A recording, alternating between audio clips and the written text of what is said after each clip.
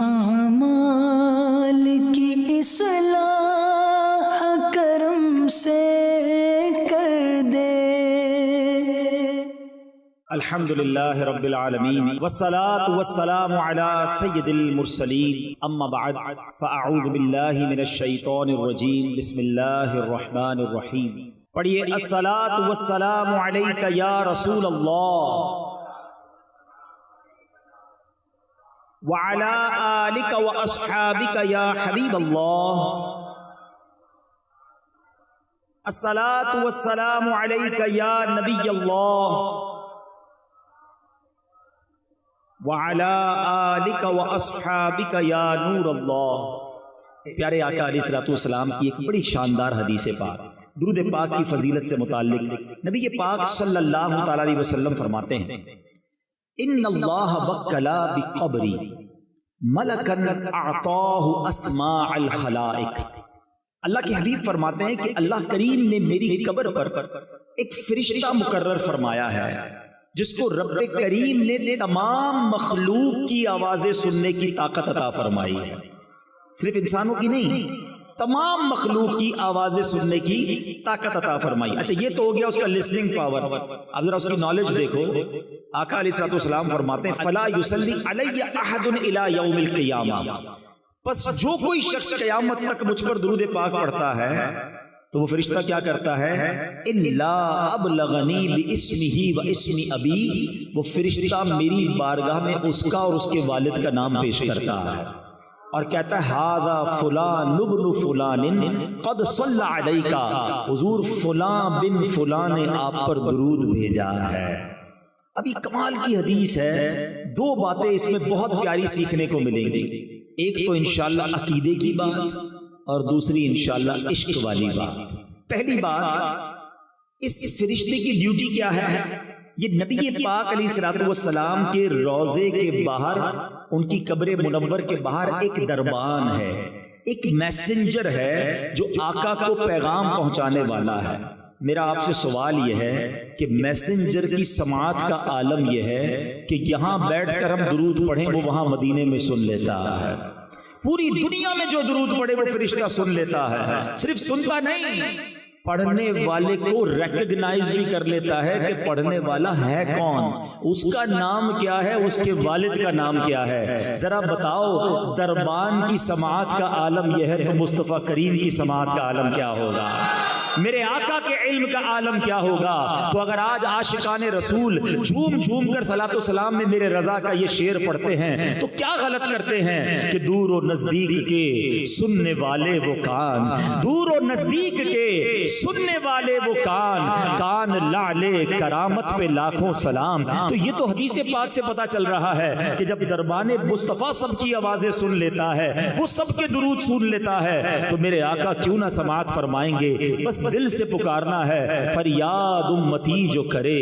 حال زار میں، فریاد امتی جو کرے حال زار میں، ممکن نہیں کہ خیر بشر کو خبر نہ ہو، واللہ وہ سن لیں گے، فریاد کو پہنچیں گے۔ اتنا بھی تو ہو کوئی جو آہ کرے دل سے، بس دل سے پکارنے کی دیر ہے، کام بن جانے ہیں۔ اور اب عشق والی بات کہ دنیا میں یہ دستور ہے کہ آپ جس شخصیت سے محبت کرتے ہو، ریسپیکٹ کرتے ہو، جب آپ کو پتا چلے کہ آپ کا نام ان کے بارگاہ میں لیا گیا، ان کے سامنے لیا گیا ہے، آپ کو بڑی خوشی ہوتی ہے۔ فار ایگزامپل، آپ میں سے ماشاءاللہ بہت سارے وہ لوگ ہوں گے، مختلف پیران عظام سے مرید ہوں گے، کوئی آ کر آپ کو کہے کہ یار آپ کے پیر صاحب کے پاس آپ کا نام لیا گیا تھا، کتنی خوشی ہوگی۔ اچھا میرا نام لیا گیا، سچ بتاؤ کیا بات ہو رہی تھی، ذرا دوبارہ سنتے ہیں اس سے، دوبارہ ریپیٹ کرو یار کیا ذکر ہوا تھا، بیکاز یو لو ہم، یو ریسپیکٹ ہم، آپ اچھا لگتا ہے کہ آپ کا نام ادھر لیا گیا۔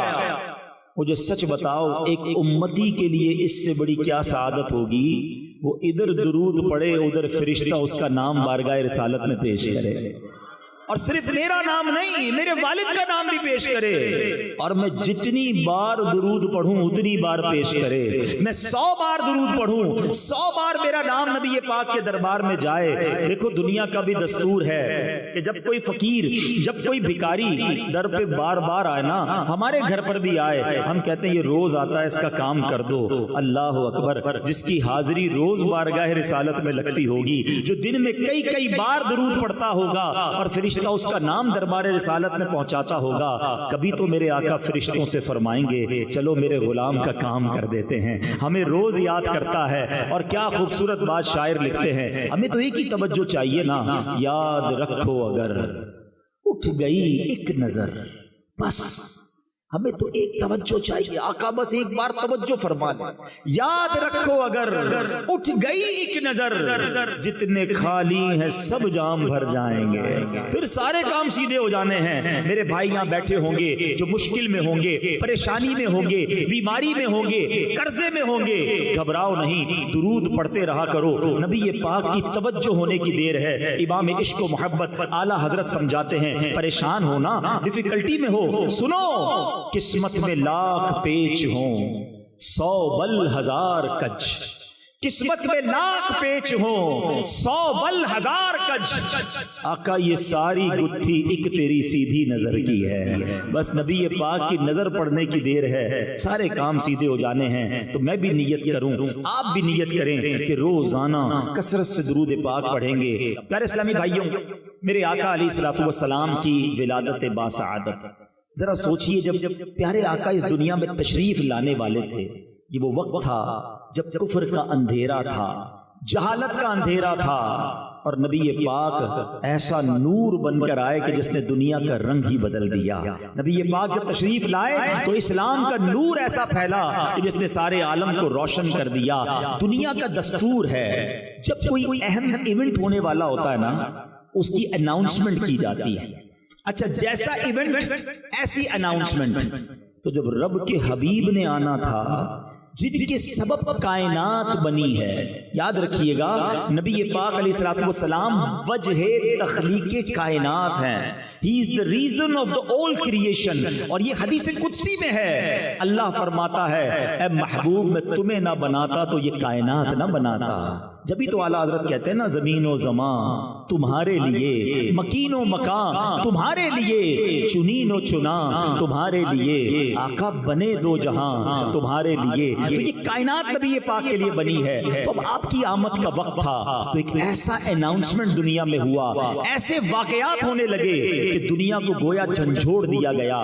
نبی پاک علیہ الصلوۃ والسلام کی ولادت سے 55 دن پہلے، ذرا توجہ رکھیے گا، میں نے یہ بات آپ سے تھوڑی دیر بعد دوبارہ پوچھنی بھی ہے، یہ جملہ یاد رکھیے گا کہ آقا علیہ الصلوۃ والسلام کی ولادت سے 55 دن پہلے ایک بڑا کمال کا واقعہ ہوا، اور یہ واقعہ کیا تھا؟ یمن کا بادشاہ تھا ابرہہ، اس نے ایک پلان کیا کہ یہ مسلمان کعبے کا طواف کیوں کرتے ہیں، کعبے پہ جا کر حج کیوں کرتے ہیں، کیوں نہ میں کعبے کو ہی گرا دیتا ہوں اور معاذ اللہ اس کو تہس نہس کر کے اس کے پتھر لے کر یمن میں کعبہ بنا لوں گا، پھر یہ سارے لوگ میرے پاس آئیں گے۔ اب اس نے پلان کیا کہ مکے پر اٹیک کرنے کے لیے، دیکھیں اس زمانے میں تو جو لڑائی ہوتی تھی وہ گھوڑوں پر اور اونٹوں پر ہوتی تھی، وہ ہاتھیوں کا لشکر لے کر چلا گیا۔ ذرا سوچئے کہ ہاتھیوں کا مقابلہ گھوڑے والے اور اونٹوں والے کیسے کر سکتے ہیں؟ مکے کا گھیراؤ کیا، اور پھر کیا کیا، مکے والوں کے مویشی جو تھے، مکے والوں کے جو جانور تھے وہ بھی اس نے پکڑنا شروع کر دیے۔ اب لوگوں کا روزی روزگار بھی ڈسٹرب ہوا۔ میرے آقا علیہ الصلوۃ والسلام کی مبارک دادا حضرت عبد المطلب، اللہ نے کیا ان کے چہرے پر نور عطا فرمایا تھا، ان کی پیشانی پر نور نبوت چمکتا تھا۔ حضرت عبد المطلب نے کیا کیا، آپ گئے ابرہہ کے پاس۔ اب ذرا غور کیجئے، وہ کر و فر کے ساتھ متکبر بادشاہ آیا ہوا ہے اور اس نے کعبے کو ڈھانا ہے، اس کا پلان یہ ہے۔ حضرت عبد المطلب اس کے خیمے میں گئے،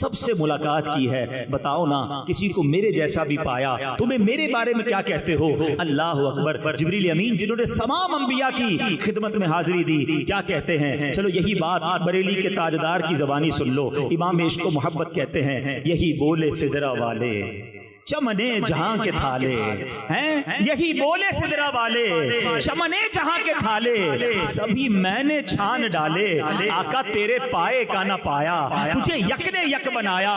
اللہ اکبر۔ جبریل امین کہتے حضور آپ جیسا میں نے کائنات میں کوئی اور نہیں دیکھا۔ سارے نبیوں کی بارگاہ میں جبریل امین نے حاضری دی ہے، کسی کی بارگاہ میں 5 بار، کسی کی بارگاہ میں 10 بار، کچھ انبیاء کی بارگاہ میں 100 بار۔ آؤ میں بتاتا ہوں کہ نبی پاک کے دربار میں جبریل امین کتنی بار آئے، اور یہ فقط عرصہ کتنی دیر کا ہے؟ 23 سال کے عرصے تک حاضریاں رہیں۔ 40 سال کی عمر میں پہلی وحی ہوتی ہے، 63 سال کی عمر میں نبی پاک دنیا سے پردہ فرماتے ہیں۔ 23 ایئرز میں جبریل امین 24,000 بار نبی پاک کی بارگاہ میں حاضر ہوتے ہیں۔ 24,000 بار۔ کیوں؟ سدرۃ المنتہا سے 7ویں آسمان سے بھی اوپر روز آنا ہے، اور کئی بار آنا ہے۔ مولانا حسن ندیٰ خان صاحب راز سے پردہ اٹھاتے ہیں کہ وجہ کیا ہے، اتنی بار کیوں آتے ہیں؟ فرماتے ہیں بے لکائے یار ان کو چین آ جاتا اگر، کہتے نبی پاک کے دیدار کے بغیر انہیں چین ہی نہیں آتا تھا۔ ایک بار جلوہ جانا دیکھ لیا تھا، اب بار بار آقا کی یاد ستاتی تھی۔ بے لکائے یار ان کو چین آ جاتا اگر، بار بار آتے نہ یوں جبریل سدرا چھوڑ کر۔ وہ اس لیے آتے تھے کہ آقا کا جلوہ دیکھنا ہے۔ تو بہرحال نبی پاک علیہ الصلوۃ والسلام کے غلاموں سنو، آقا کی ولادت سے پہلے پوری دنیا کو ایک پیغام دینا تھا۔ الم یجعل کیدہم فی تضلیل وارسل علیہم طیرا ابابیل۔ ارے ابابیل کے لشکر بھیجے، اور انہوں نے کیا کیا؟ ترمیہم بحجارۃ من سجیل، ان پر پتھروں کی کنکروں کی بارش کی، اور رزلٹ کیا آیا؟ فجعلہم کعصف مأکول، انہیں چبائے ہوئے بھس جیسا بنا کر رکھ دیا، پرخچے اڑ گئے۔ ان کنکروں نے وہ کام کیا جو بڑے بڑے میزائل نہ کر سکتے تھے، ہاتھی سوار، اور ان ہاتھیوں کا نام و نشان باقی نہ رہا۔ گویا پوری دنیا کو یہ میسج دینے والا تھا، آئی نئی حکومت سکہ نیا چلے گا، آئی نئی حکومت سکہ نیا چلے گا۔ عالم نے رنگ بدلا صبح شب ولادت، اور ایک واقعہ نہیں ہوا۔ نبی پاک جس سال دنیا میں تشریف لائے، عرب میں بارشیں ہوئیں، خوب سبزہ ہوا، جانور فرما ہو گئے۔ روایتوں کے الفاظ ہیں اتنے موٹے ہو گئے ایسا لگتا تھا چربی سے پھٹ نہ جائیں۔ جتنے قافلے تجارت کو گئے سب نفع کر کے واپس آئے۔ اچھا، پیارے آقا علیہ الصلوۃ والسلام کی آمد کے وقت ایک اور بڑا کمال کا واقعہ ہوا۔ کفر کے جتنے ایوان تھے نا، سب کو میسج گیا، سب کو بتایا گیا کہ نبی پاک کی آمد ہونے والی ہے، سچے دین کے رکھوالے کی آمد ہونے والی ہے۔ کعبے میں بت تھے، وہ اوندھے گر گئے۔ ایک آگ جلائی تھی فارس ایران میں آتش پرستوں نے۔ انہوں نے کیا کیا تھا؟ ان کا دعویٰ یہ تھا کہ فرام لاسٹ 1000 years، 1000 سال ہو گئے ہماری آگ نہیں بجھتی، اور بجھنے بھی نہیں دیتے تھے۔ مگر جب آقا کی ولادت ہوئی تو وہ آگ بھی بجھا دی گئی، وہ آگ بھی بجھ گئی۔ کیا خوبصورت شعر لکھتے ہیں نا، 1000 سال کی روشن شدہ بجھی آتش، 1000 سال کی روشن شدہ بجھی آتش، یہ کفر و شرک کی آتش بجھانے آئے ہیں، یہ کس شہنشاہ والا کی آمد ہے، بولو مرحبا مرحبا، بولو مرحبا، بولو مرحبا۔ نبی پاک کی خاص آمد کا وقت، جس سہانی گھڑی چمکا طیبہ کا چاند، اس دل افروز ساعت پہ لاکھوں سلام۔ 12 ربیع الاول کا دن ہے، رات جا رہی ہے، صبح آ رہی ہے۔ گویا رات کو بھی نوازا گیا، صبح کو بھی نوازا گیا۔ آقا صبح صادق کے وقت خوشبوؤں میں بسے ہوئے اس دنیا میں تشریف لائے۔ دنیا میں آتے ہی پہلا کام میرے آقا سجدے میں چلے گئے، اپنے رب کو یاد کیا، امت کے لیے دعا کی۔ اعلیٰ حضرت نے رکھتے ہیں نا پہلے سجدے پہ روزے ازل سے درود، یادگاری یہ امت پہ لاکھوں سلام، رب حبلی امتی کہتے ہوئے پیدا ہوئے، حق نے فرمایا کہ بخشا الصلاۃ والسلام۔ آقا ہم گناہگاروں کو یاد کر رہے ہیں، اب نبی پاک کا مبارک بچپن شروع ہوتا ہے، بی بی حلیمہ سعدیہ کے بھاگ جاگتے ہیں۔ آپ کہتی ہے میں بڑی غریب تھی، میرے جانوروں میں بھی طاقت نہیں تھی، جب مکے کو آ رہی تھی میرا خچر سب سے پیچھے رہ جاتا تھا، پورے قافلے کے لوگ پریشان تھے، حلیمہ کیسا جانور لائی ہو؟ کہتی میں خود بھی اتنی کمزور تھی، اپنے پاس بھی دودھ نہیں تھا، مکے کے لوگوں کا دستور تھا کہ بچوں کو دودھ پلانے گاؤں میں بھیجتے تھے تاکہ ان کی زبان بھی اچھی ہو، ان کی صحت بھی اچھی ہو۔ اب جب اس سال مکے میں وہ گدائیاں آئیں، سب کو بچے مل گئے، بی بی حلیمہ کہتی ہیں کہ مجھے کسی نے بچہ نہیں دیا میری غربت کو دیکھ کر، مگر میں نے ایک بچہ دیکھا، تھا بڑا نورانی، تھا بڑا پیارا، مگر اس کے والد دنیا میں نہیں تھے، اس لیے کسی دائی نے اس بچے کو نہیں لیا کہ والد نہیں ہیں تو پیسے بھی نہیں ملیں گے، انعام بھی نہیں ملے گا۔ بی بی حلیمہ کہتی ہیں میں نے سوچا خالی ہاتھ جانے سے بہتر ہے اس پیارے سے نورانی بچے کو لے جاتی ہوں۔ اللہ اکبر، ان کو کیا معلوم تھا کہ اس بچے کو گود میں لینا ہے اور ان کے مقدر جاگ جانے ہیں۔ میں ایک سوال کرنا چاہتا ہوں، اس وقت مکے میں کئی دائیاں آئی تھیں، کسی ایک کا نام بتا دیں، ہم میں سے کوئی کسی ایک کا نام نہیں جانتا، مگر جب تک یہ سورج اور چاند باقی رہیں گے بی بی حلیمہ سعدیہ کا نام چمکتا رہے گا۔ What is the reason behind this؟ Reason یہ ہے کہ انہوں نے نبی پاک کی خدمت کی، اپنا تعلق نبی پاک کے ساتھ جوڑ لیا، اور یہ اصول یاد رکھنا کہ جس نے آقا کے ساتھ تعلق جوڑا اللہ اس کے نام کو بلند کر دیتا ہے۔ اسٹیج پر جتنے لوگ موجود ہیں یہ کوئی بہت بڑی ڈگری ہولڈر نہیں ہے، انہوں نے زمانے میں کوئی سائنس کی ایجاد نہیں کی ہے۔ آج اگر ہم سب کو دنیا میں کوئی عزت دیتا ہے تو فقط یہ نام مصطفیٰ ہے، یہ سرکار کے نام کی عزت ہے جو ہماری پہچان بنی ہے۔ آپ ہسٹری اٹھا کے دیکھ لیں، جس نے میرے آقا کے نام کو بلند کرنے کی کوشش کی اللہ نے اس کے نام کو بلند کر دیا۔ ان کے جو غلام ہو گئے وقت کے امام ہو گئے، ان کے جو غلام ہو گئے وقت کے امام ہو گئے، نام لیوا ان کے جو ہوئے ان کے اونچے نام ہو گئے۔ ارے بی بی حلیمہ کے بھاگ جاگے، کہتی میں نبی پاک کو لے کر نکلتی ہوں، وہی خچر جو سب سے پیچھے رہ گیا اب وہ سب سے آگے دوڑ رہا ہے۔ میرے قافلے والے کہتے حلیمہ جانور تبدیل کر دیا ہے، ریپلیس کر دیا ہے، اتنی تیزی سے کیسے دوڑ رہا ہے؟ اس وقت تک تو آپ کو ریئلائز نہیں ہوا تھا کہ یہ ہو کیا رہا ہے۔ جب اپنے گھر پہنچتی ہیں کہتی میری بکری کے تھن بھر گئے، وہ بکری جو ایک قطرہ دودھ نہیں دے رہی، اتنا دودھ نکلا ہمارے سارے برتن بھر گئے، خود میری صحت اچھی ہونے لگی، میں نے بھی نبی پاک کو دودھ پلایا، اپنے بچے کو بھی دودھ پلایا۔ اب جب رات ہوتی ہے تو کہتی ہے میرے گھر میں عجب روشنی ہونا شروع ہو گئی، ابھی تو لائٹوں کا زمانہ ہے نا، اس زمانوں میں تو لائٹ نہیں تھی۔ صبح ہوئی تو گاؤں والے آئے، کہتے اے حلیمہ کون سی لائٹ لائی ہو، کون سا چراغ لائی ہو جو رات بھر تمہارا گھر روشن رہا؟ کہا میں تو کچھ نہیں جانتی، ایک ایسا نور لائی ہوں جو ساری رات چمک رہا تھا۔ اور حلیمہ آپ سب کو کیا کہہ رہی ہیں؟ یہ کہتی تھی گھر گھر میں جا کر حلیمہ میرے گھر میں خیر الورا گئے ہیں، بڑے اوج پر میرا مقدر، میرے گھر حبیب خدا گئے۔ اب ان کی زندگی کا امیزنگ دور شروع ہو گیا۔ میں اپنے موضوع کی طرف آتا ہوں۔ اب پیارے آقا علیہ الصلوۃ والسلام نے دیکھا کہ جو آپ کے رضائی بھائی بہن تھے وہ روز صبح کہیں چلے جاتے تھے۔ آپ نے پوچھا بی بی حلیمہ سے کہ امی جان میرے بھائی بہن کہاں جاتے ہیں؟ کہا وہ بکریاں چرانے جاتے ہیں۔ کہا میں بھی ان کے ساتھ جاؤں گا۔ نبی پاک ان کے ساتھ بکریاں چرانے چلے جاتے۔ ایک دن وہ بچے دوڑتے ہوئے آئے خوف زدہ اور کہا کہ امی جان غضب ہو گیا۔ کیا ہوا؟ کہا ہمارے بھائی کو کچھ لوگ آئے اور انہوں نے سینہ چیرا اور اس کے بعد وہ چلے گئے۔ بی بی حلیمہ سعدیہ بھی گھبرا گئی کیونکہ نبی پاک علیہ الصلوۃ والسلام تو بی بی آمنہ کی امانت تھے نا، وہ دوڑتی ہوئی اس جگہ پر گئی اور جب وہاں جاتی ہیں تو دیکھا نبی پاک علیہ الصلوۃ والسلام ایک جگہ گم سم بیٹھے ہیں۔ کہا بیٹا کیا ہوا؟ سرکار دو عالم علیہ الصلوۃ والسلام فرماتے ہیں کہ 4 لوگ آئے جن کے سفید لباس تھے، میرا سینہ چاک کیا، اس میں کچھ داخل کیا اور سینہ بند کر دیا، کوئی نشان نہیں ہے، کوئی تکلیف نہیں تھی۔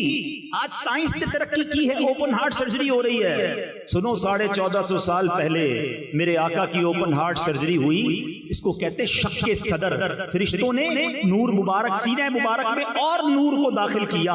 بی بی حلیمہ سعدیہ جو ہیں وہ پیارے آقا کو لے کر بی بی آمنہ کے پاس آئیں کہ اے بی بی آپ بچے کو واپس لے لیں، مجھے ایسا لگتا ہے کوئی جنات یا کوئی جادو کا مسئلہ ہے۔ بی بی آمنہ کہتی میرے بیٹے کو کچھ نہیں ہو سکتا، جب یہ پیدا ہوا تھا مجھے بہت ساری بشارتیں دی گئی ہیں، میرے بیٹے کو کچھ نہیں ہو سکتا۔ بہرحال میرے پیارے اسلامی بھائیوں، یہ معجزہ ہے نبی پاک علیہ الصلوۃ والسلام کا، اور یہ ایک بار نہیں، یہ 4 بار ہوا ہے۔ نبی پاک کا شق صدر کیا گیا، ایک تو یہی 2-3 سال کی عمر میں، ایک 10 سال کی عمر میں، جب جوانی قریب آتی ہے، انسان پر جوانی کے معاملات آتے ہیں، نبی پاک کے قلب اقدس میں اس وقت بھی نور داخل کیا گیا۔ تھرڈ ٹائم جب پہلی وحی کا نزول ہونا تھا 40 ایئرز کی ایج میں، جب پہلی قرآن نازل ہونا تھا، اور قرآن کا بوجھ قلب مصطفیٰ وہ برداشت کر سکے، مزید قوت دینے کے لیے ایک بار پھر شق صدر کیا گیا اور نور داخل کیا گیا۔ اور 4تھ ٹائم یہ کب ہوا کہ جب نبی پاک کو سفر معراج پر جانا تھا،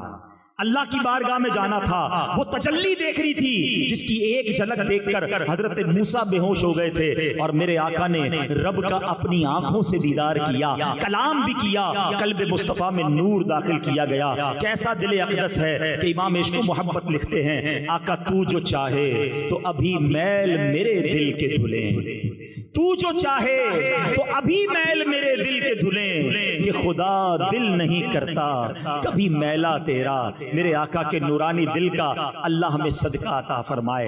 آج نبی پاک کے نورانی دل کی بات تو ہم نے سن لی، اب ذرا اپنے دلوں کو بھی چیک کرتے ہیں، ہم دیکھیں کہ ہمارا دل بھی پاک و صاف ہے کہ نہیں۔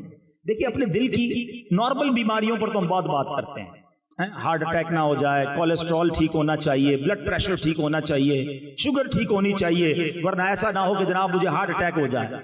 اچھی بات ہے، اپنی صحت کا خیال رکھنا چاہیے، لیکن اگر دل کی بیماری لگ بھی گئی، اینڈ آف دا ڈے کیا ہوگا؟ جان چلی جائے گی۔ مگر جس بیماریوں کا میں ذکر کرنے والا ہوں، یہ وہ بیماریاں ہیں کہ اگر وہ دل میں لگ گئیں تو ایمان جا سکتا ہے۔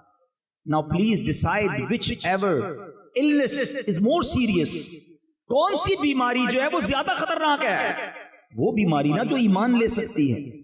مجھے 2 سال پہلے جب یہ بیان کا موقع ملا تھا، میں نے ایک بیماری پر بات کی تھی، اور وہ تھی تکبر۔ آج میں ایک اور بیماری کا ذکر کرنے آیا ہوں، اور جو کہ ہمارے معاشرے میں بہت تیزی سے پھیل گئی ہے، اور وہ ہے حسد۔ آج کون ہے جو حسد میں مبتلا نہیں ہے؟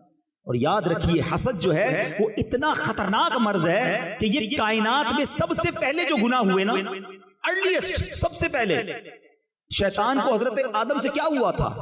حسد ہی تو ہوا تھا نا، تکبر کیا تھا اور ساتھ حسد کیا تھا۔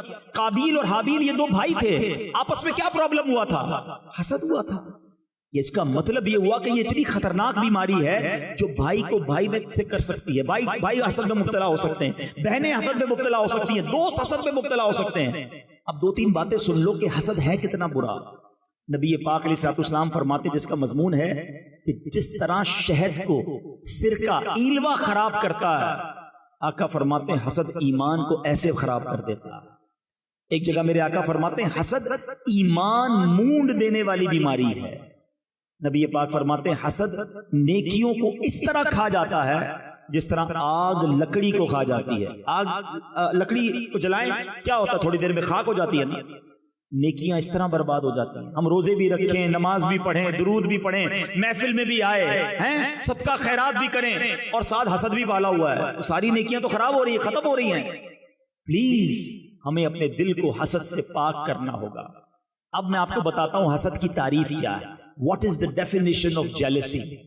حسد کی تعریف یہ ہے کہ بندہ مثال کے طور پہ کسی کو کوئی نعمت ملے، کوئی شہرت ملی، عزت ملی، دولت ملی، خوبصورتی ملی، واٹ ایور، انسان یہ تمنا کرے کہ اس سے چھن کر یہ نعمت مجھے مل جائے۔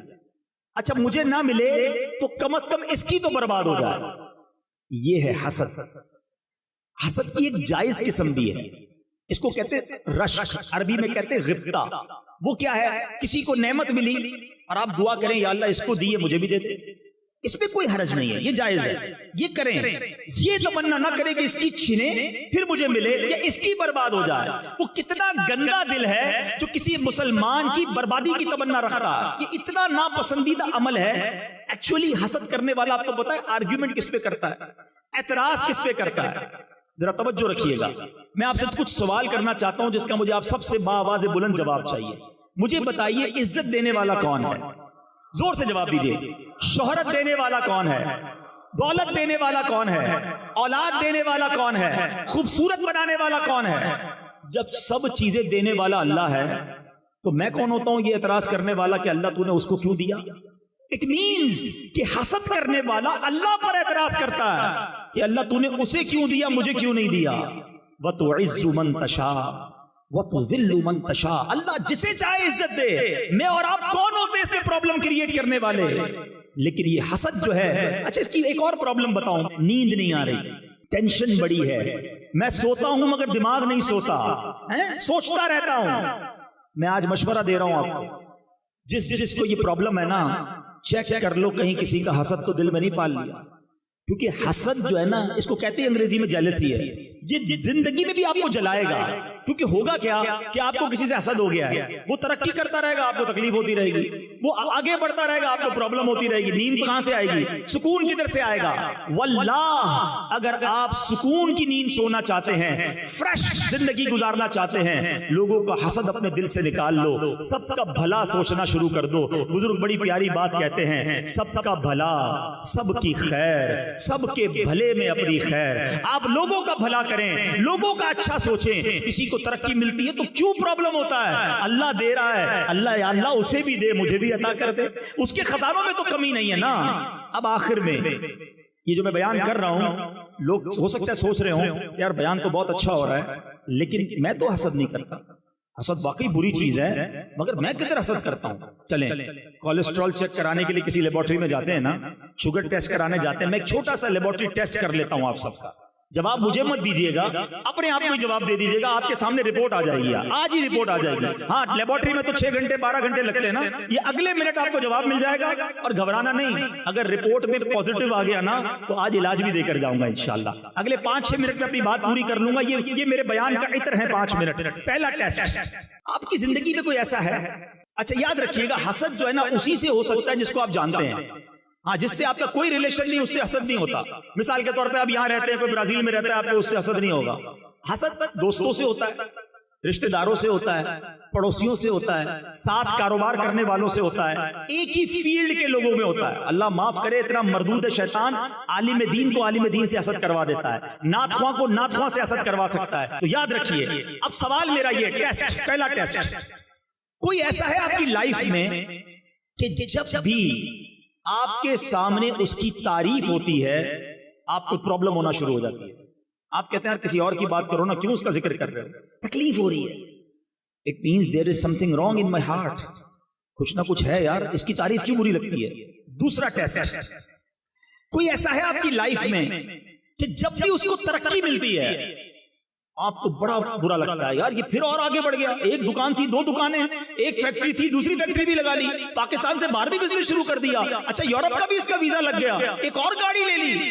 اچھا اور مشہور ہو گیا، ہمارے محلے میں کوئی نہیں جانتا تھا، ساری دنیا میں سے جان رہے ہیں. اگر آپ کو پرابلم ہے اس کی ترقی میں، it means something wrong. تیسرا اور آخری ٹیسٹ، کوئی ایسا ہے کہ جب اس کا کوئی نقصان ہوتا ہے، جب اس کو کوئی پرابلم ہوتی ہے، اللہ نہ کرے اس کی گاڑی لگ جائے، اس کی فیکٹری میں آگ لگ جائے، یا وہ بدنام ہو جائے، اس کے ساتھ کوئی ایسی غلطی ہو جائے اور آپ کو پتا چلتا ہے، تو آپ کو دل میں خوشی ہوتی ہے کہ یار یہ ہوا کام، مزہ آ گیا.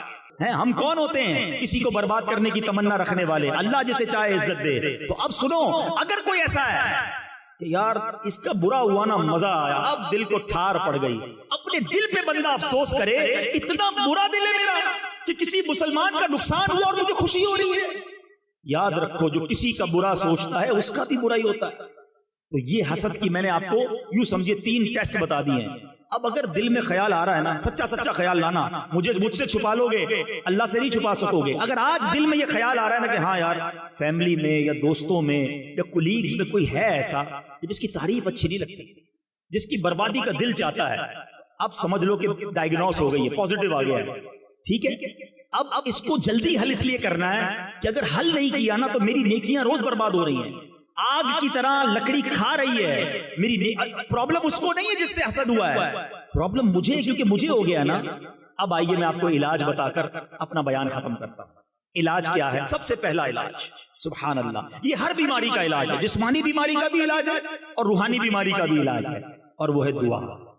اللہ سے دعا کرتے رہا، اے اللہ میرے دل کو صاف کر دے، حسد بھی نکال دے، تکبر بھی نکال دے، اے اللہ عجب بھی نکال دے، ریاکاری بھی نکال دے، اے اللہ مسلمانوں کا کینہ بھی نکال دے، گناہگار ہوں میرے دل کو پاک کر دے، تجھے محبوب پاک کے نورانی دل کا واسطہ میرے دل کو اجیالا کر دے. رو رو کے اللہ سے دعا مانگتے رہا کرو، وہ کریم ہے، نگاہ رحمت فرمائے گا، یہ دل صاف ہو جائے گا.